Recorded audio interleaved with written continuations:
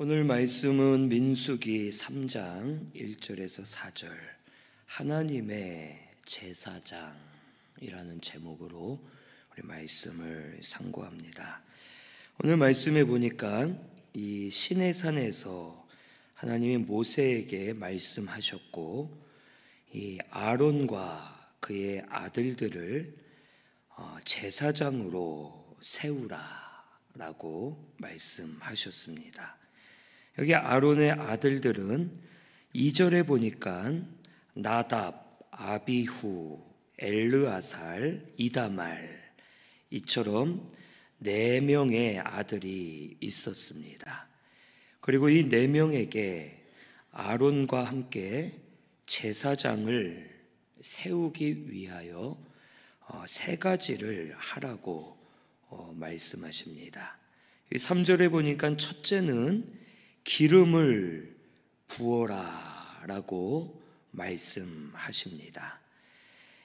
여기서는 기름 부음을 받고 라고 되어 있지만 출애굽기 30장 30절에 보면 이 거룩한 관유를 이들의 머리에 부어서 제사장으로 삼으라 라고 말씀하셨습니다.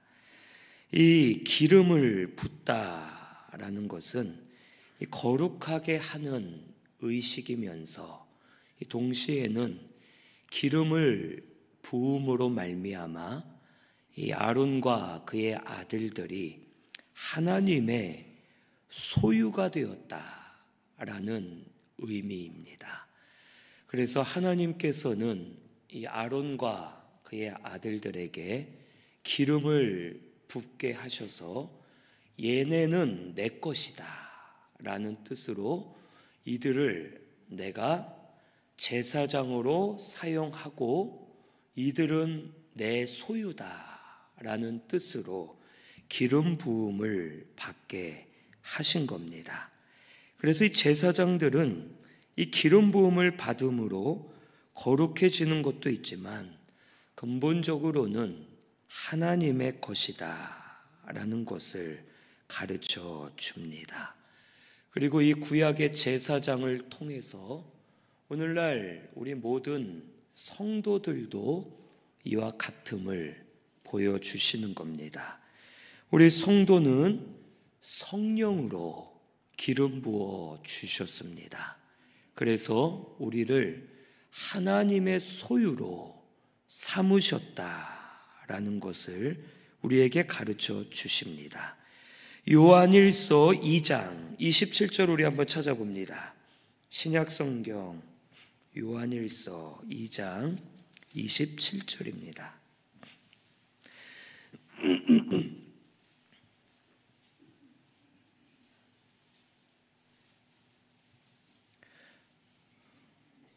(2장 27절) 같이 봉독합니다.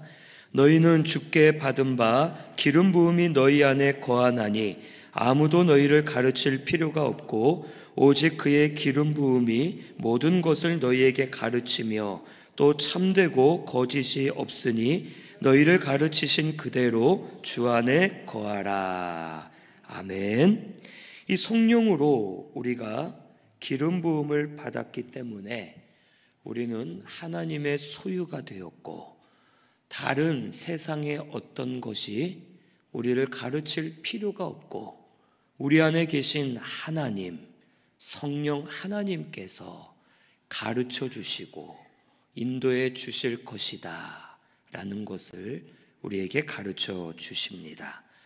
베드로전서 2장 9절에도 우리가 거룩한 제사장들이 되었다 라고 말씀하십니다.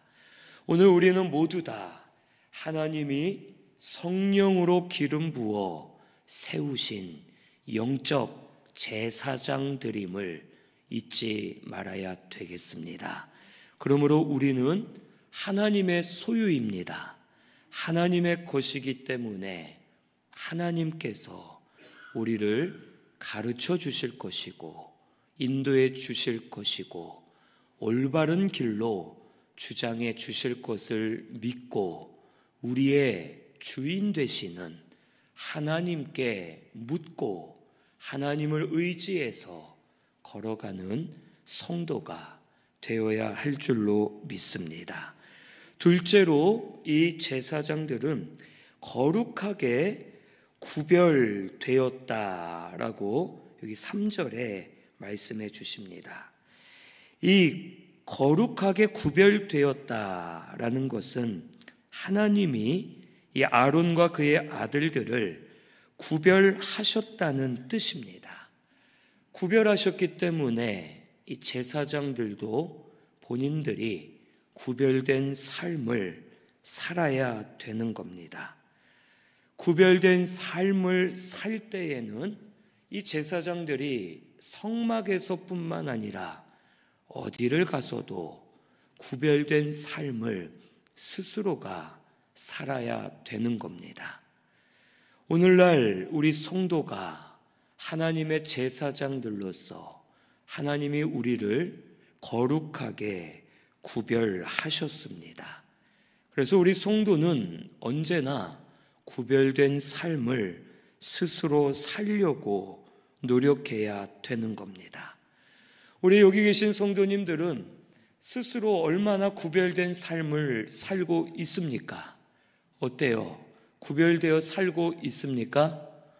그런데 오늘날 성도들이 구별된 삶을 살지 못하고 있습니다. 교회에서만 거룩하게 살려 하고 다른 데서는 우리가 거룩하게 살지 않습니다.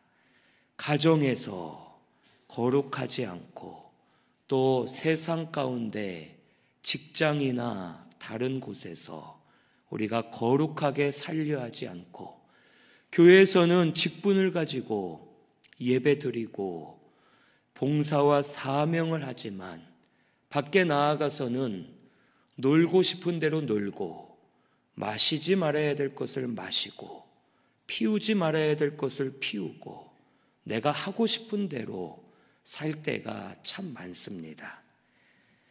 사람은 이것을 모르지만 하나님은 다 알고 계십니다. 하나님은 우리가 어디에서 무엇을 하고 사는지, 우리의 마음이 하나님 앞에 나를 구별하려 하는지 이걸 다 알고 계시고 하나님은 그것을 보시고 그대로 갚아주시는 겁니다. 오늘 우리 성도님들 얼마나 구별된 삶을 삽니까? 본인을 한번 생각해 보세요. 참 신기한 거는 우리 성도님들이 뒤에서 몰래 하는 것이 저한테 들어와요. 희한하게 들어와요. 그래서 제가 웬만큼은 알고 있습니다. 누가 뭘 하는지, 뭘 먹고 마시는지, 어떻게 지내는지 압니다. 그런데 저도 다는 모르겠죠. 하지만 하나님은 다 보고 알고 계십니다. 우리 성도님들, 우리 교회에서만 거룩하게 살지 말고 밖에 나아가서도 집에서나 밖에 세상에서도 거룩하게 구별되어 살려고 힘쓰는 저와 우리 성도님들이 되시기를 바랍니다. 구별되게 살려면 결국 우리가 성령님의 인도를 받아야 끊을 것은 끊을 수가 있고 또 새로 시작할 것은 새로 시작할 수 있습니다. 그래도 참 감사한 것은 어떤 분은 말씀을 듣고 마음에 찔림이 와서 변화되어 가는 그런 분들도 지금 보입니다. 하나님의 말씀이 역사하는 거죠. 본인이 성령의 인도를 받으려고 힘쓰는 겁니다. 우리가 변화되어 구별되게 살려면 우리의 의지로는 쉽지가 않습니다. 그래서 말씀을 읽고 기도하고 예배 드리면서 성령님의 인도를 받을 때에 우리가 새롭게 시작할 수 있고 끊을 것, 버릴 것은 버릴 수가 있고 하나님 앞에 거룩한 구별된 삶을 살 수 있음을 우리는 알아야 됩니다. 이제 올해도 얼마 남지 않았습니다. 이제 진짜 끝나가고 있죠. 저도 참 정말 엊그저께 영시예배 드리면서 말씀을 전하고 이제 새로 시작해보자 하고 했던 것 같은데 벌써 크리스마스 이 성탄 트리 점등식을 했고 이제 한 달도 남지 않았습니다.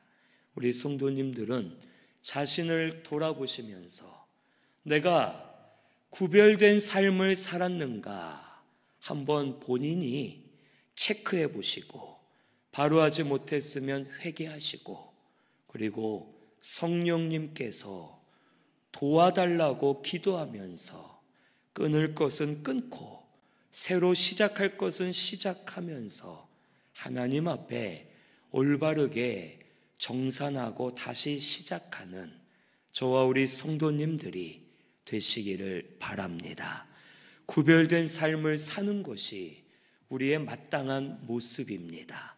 이것을 우리 잊고 살았다면 다시 깨우쳐서 구별된 삶을 살도록 힘쓰는 우리 모든 분들 되시기를 바랍니다.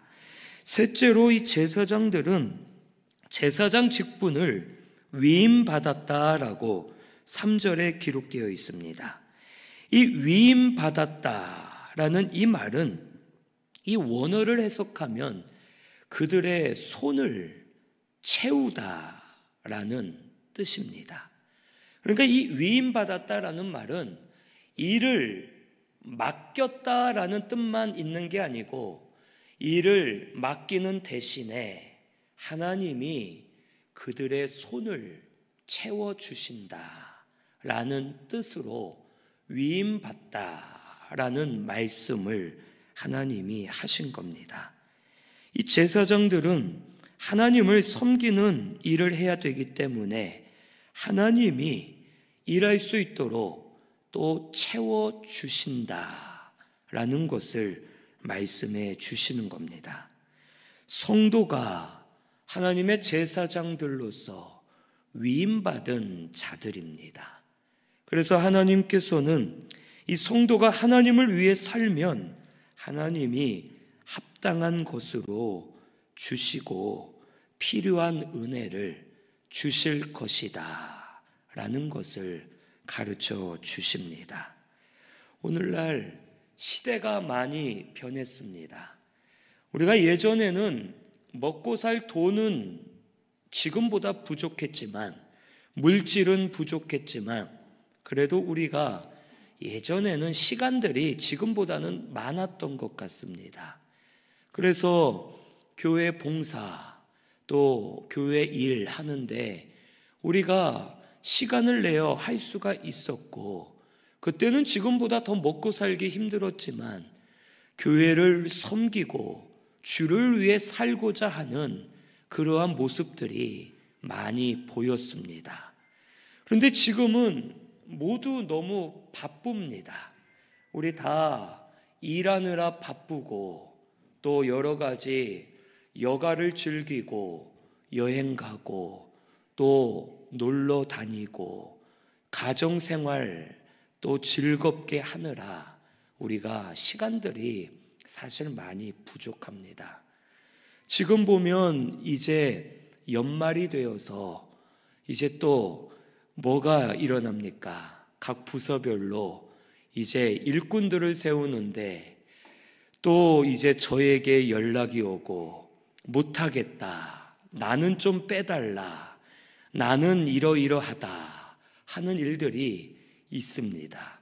그리고 많은 사람들이 다 들어보면 다 바쁘고 다 할 일들이 많고 시간을 내기 어려운 그러한 일들이 있습니다.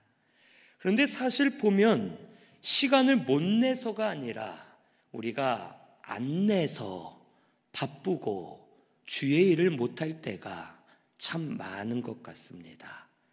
내가 내 것을 포기하기 힘들어서 내 편안함, 즐거움, 우리 가족, 또 내 생활, 이것들을 포기하기 어려워서 시간을 안 내는 경우들이 상당히 있고, 또 교회보다는 이제는 세상의 기쁨, 내 육신, 우리 가정을 더 중요시 여기는 마음들이 우리 속에 은근히 들어와서 우리를 사로잡고 있습니다.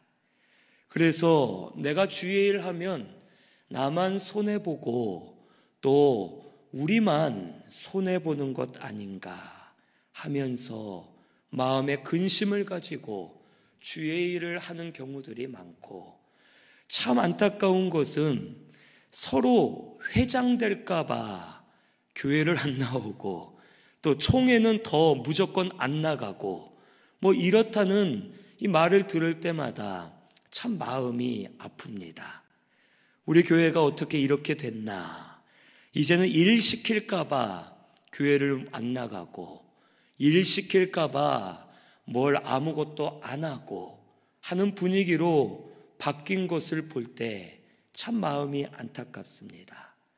그런데 분명한 것은 주를 위해 희생하면 주께서 갚아주시고 채워주신다는 것입니다.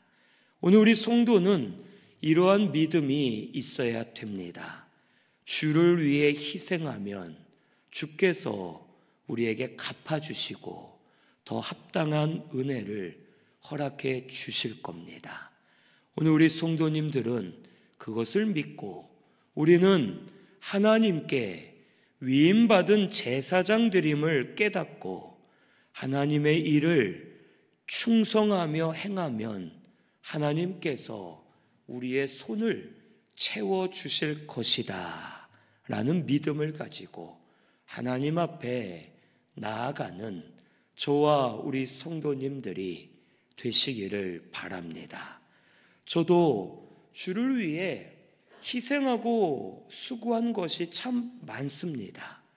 때로는 손해보는 일들도 많지만 하나님이 여러 가지 모양으로 조금씩 갚아주시고 채워주시는 것을 깨닫게 되고, 하나님이 결코 그냥 놔두지 않으시는구나 라는 것을 보게 됩니다.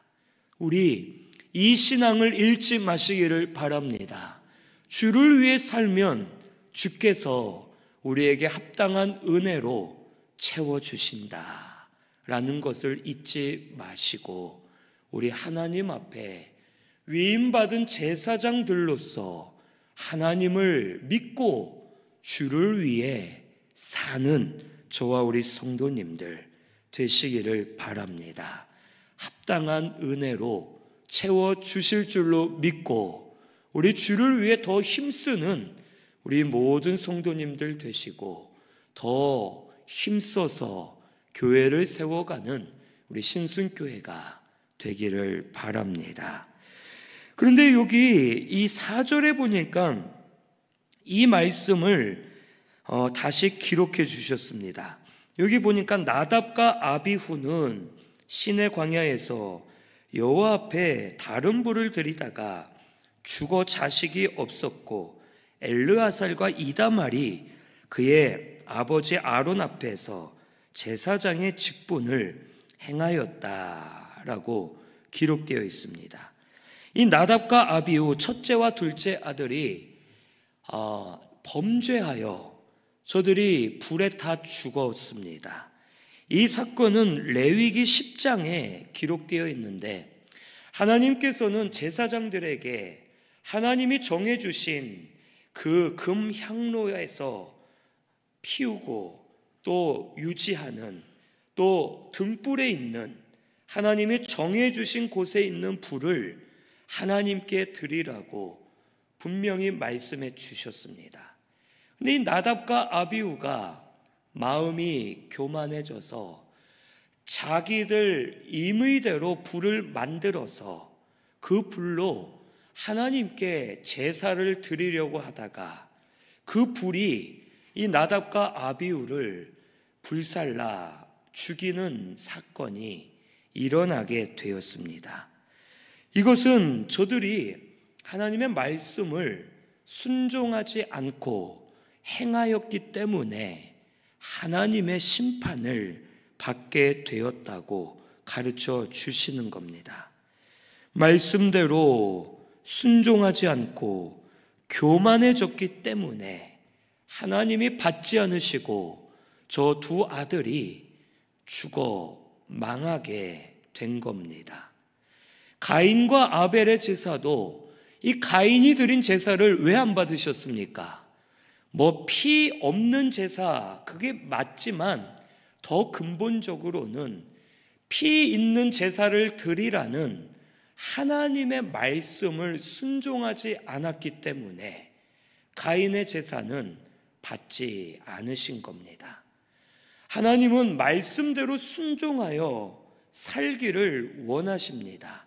그래서 순종이 제사보다 낫다라고 말씀하셨고, 예배나 제사보다 하나님께 순종하는 것을 하나님은 가장 기뻐하십니다. 순종하지 않는 것은 내 뜻대로 하는 거죠. 내 뜻대로 옳다, 이게 좋다 하고 가인은 피 없는 제사를 드렸고 나답과 아비후는 자기들이 만든 불로 드렸다가 결국 하나님 앞에서 멸망하게 된 겁니다. 오늘 우리도 이것을 알아야 됩니다. 성도는 내가 생각할 때 옳은 것, 좋은 것이 아니라 하나님 말씀대로 순종하는 것이 가장 올바른 길임을 잊지 말고 말씀대로 순종하려고 힘쓰는 우리 성도님들이 되시기를 바랍니다. 지난 한 해 동안 내가 말씀 순종했는지 그 죄를 찾으면 됩니다.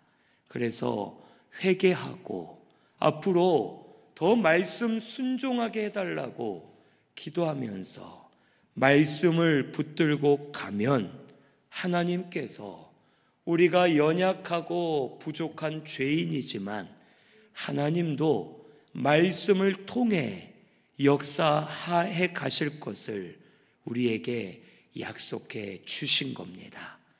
오늘 여기 말씀 4절을 기록한 이유가 바로 그겁니다. 이 나답과 아비후가 죽고 그 다음 엘르아살과 이다말이 아버지 아론 앞에서 제사장 직분을 행하였다고 기록되어 있죠. 원래는 이 나답이 장자이기 때문에 이 나답이 대제사장의 역할을 감당해야 됩니다. 그런데 나답이 죽었죠. 그러면 첫째가 죽으면 둘째가 해야 되는데 둘째도 같이 죽었습니다. 그래서 하나님은 셋째인 엘르아살을 대제사장으로 세우시고 이제 앞으로 다른 엘르아살과 이다말의 자손들 중에서도 엘르아살의 후손들을 통해 대제사장으로 세우실 것을 약속해 주시는 겁니다. 그리고 이 약속은 정확하게 민수기 25장 10절에서 13절에 나타납니다. 우리 한번 찾아볼까요? 민수기 25장 10절에서 13절입니다.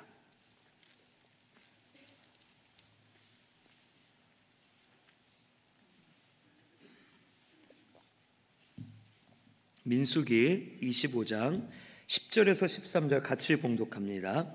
여호와께서 모세에게 말씀하여 이르시되 제사장 아론의 손자 엘르아살의 아들 비느하스가 내 질투심으로 질투하여 이스라엘 자손 중에서 내 노를 돌이켜서 내 질투심으로 그들을 소멸하지 않게 하였도다. 그러므로 말하라. 내가 그에게 내 평화의 언약을 주리니 그와 그의 후손에게 영원한 제사장 직분의 언약이라. 그가 그의 하나님을 위하여 질투하여 이스라엘 자손을 속죄하였음이니라. 아멘. 이 엘르아살을 대제사장으로 세우셨고 그의 이 아들들 엘르아살 계통의 사람들을 대제사장으로 세워 하나님을 섬기게 하겠다고 약속하신 겁니다. 그리고 이 약속을 비느하스를 통해 하셨어요. 비느하스는 엘르아살의 아들입니다. 비느하스가 무슨 일을 했습니까? 이스라엘 백성들이 모압 여인들과 음란을 행하여 하나님이 진노하실 때 그 진노하시는 가운데서도 또 이스라엘 남자 하나가 모압 여인을 데리고 자기의 장막으로 들어가 음란한 행위를 하려고 들어가는 것을 비느하스가 본 겁니다. 그리고선 비느하스가 따라 들어가서 남녀가 서로 부둥켜 안고 있을 때에 창으로 둘을 동시에 찔러 관통하여 죽였고, 그것은 하나님이 기뻐하시는 일이 되어서 내 질투함으로, 비느하스가 나의 질투함으로 저들에게 행하였다 하시면서 내가 영원한 평화의 언약을 맺으리라 하고 이 엘르아살 계통을 대제사장으로 세워서 쓰겠다라고 말씀하신 겁니다. 그런데 이 약속이 있었지만 이스라엘 백성들이 가나안에 들어가서 사사시대가 되었을 때 엘르아살의 계통을 무시하고 이다말, 이 넷째인 이다말 후손을 대제사장으로 이 백성들이 임의로 세워서 하나님의 언약을 깨트리고 살게 되었음을 우리가 볼 수 있습니다. 이 사사시대 때 결국 엘르아살 후손이 아닌 이다말의 후손을 대제사장으로 세웠고, 그 결과 아주 잘못된 인물이 바로 엘리 제사장이었습니다. 엘리 제사장은 이다말의 후손이었고 결국 그와 그의 아들들이 하나님 앞에 범죄하여 죽어 망하게 되었던 겁니다. 그리고 사울 왕 때까지 이다말 후손을 이 백성들이 계속 대제사장으로 세워갔습니다. 그리고 다윗 때가 되어서 다윗의 말년에 이다말 후손인 대제사장이 이제 다윗 왕과 앞으로 세워질 솔로몬에게 반역을 하여 다른 사람을 왕으로 세우려고 했다가 결국 솔로몬이 왕이 된 후에 이다말의 후손인 이 대제사장을 면직하고 유배를 보내게 됩니다. 그리고 솔로몬 왕은 다시 대제사장을 세워야 되는데 그때 누구를 세울까 고민을 하던 중에 믿음이 있고 충성스럽고 공적이 있는 사독이라는 사람을 보게 됩니다. 이 사독은 다윗이 왕이 될 때 용사 22명을 이끌고 다윗 왕에게 와서 다윗 앞에서 대제사장은 아니지만 일반 제사장의 직분을 감당하면서 다윗 왕을 도왔던 사람입니다. 그래서 솔로몬이 저 사람이 충직스럽다 하고 사독을 대제사장으로 세웠는데 이 사독이 엘르아살의 후손이었던 겁니다. 그리고 그 이후로 사독 계열이 대제사장을 계속 맡게 되었고 결국 어떻게 된 겁니까? 오랜 시간 동안 백성들이 엘르아살의 후손이 아닌 이다말의 후손을 대제사장으로 세워 잘못된 길을 갔지만 결국 엘르아살의 후손인 사독의 계열이 대제사장으로 복귀하면서 결국에는 하나님의 언약이 계속 이루어지게 되고 있음을 보여주는 겁니다. 그러니까 이 말은 뭡니까? 사람은 하나님의 말씀 언약을 지키지 않고 항상 어기지만 하나님은 어떤 방법을 써서라도 저들이 스스로 무너지게 놔두시고 결국 하나님 언약대로 이루어 가고 계신다라는 것을 보여주시는 겁니다. 시간이 지나고 어려운 환경이 되어도 하나님의 말씀은 계속 이루어지고 있다는 것을 가르쳐 주십니다. 하나님은 계속 언약을 잊지 않으시고 언약에 충실히 행하고 계신다는 겁니다. 우리가 하나님의 말씀을 믿지 않고 말씀을 떠나 살고 말씀에서 벗어나기 때문에 하나님의 말씀이 이루어지지 않는다라고 생각할 뿐이지, 하나님은 언약에 충실하시게 계속 붙들고 역사하고 계심을 우리는 믿어야 되겠습니다. 지금도 우리 신승교회를 향해서, 우리 각자를 향해서 하나님의 언약은 하나님은 계속 이루어 가고 계십니다.